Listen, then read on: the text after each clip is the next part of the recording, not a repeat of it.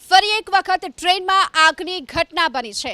કોલકાતામાં મિથિલા એક્સપ્રેસ ટ્રેનમાં આગ લાગી। હાવડા સ્ટેશન પર ટ્રેનના ડબ્બામાં આગની ઘટનામાં સદનસીબે જો કે કોઈ જાનહાનિ નથી। આરપીએફ અને ફોરેન્સિક વિભાગની ટીમ સ્થળ પર। ટ્રેનના કોચમાં આગ લાગવાનું કારણ હજુ અકબંધ। આગ લાગતાની સાથે થોડીવાર માટે લોકો અહીં ગભરાઈ ગયા હતા। દ્રશ્યોમાં પણ જોઈ શકાય છે કે કયા પ્રકારે કોચમાં સૌથી પહેલા ધુમાડો શરૂ થયો હતો અને ત્યારબાદ જોતજોતામાં આગ લાગી હતી। તુરંત જ કોચમાંથી તમામ લોકો છે તે નીચે ઉતરી ગયા હતા। આજે સતત આ ત્રીજી ઘટના છે જે એક બાદ એક જે રેલવે કોચમાં આગની ઘટના બની રહી છે।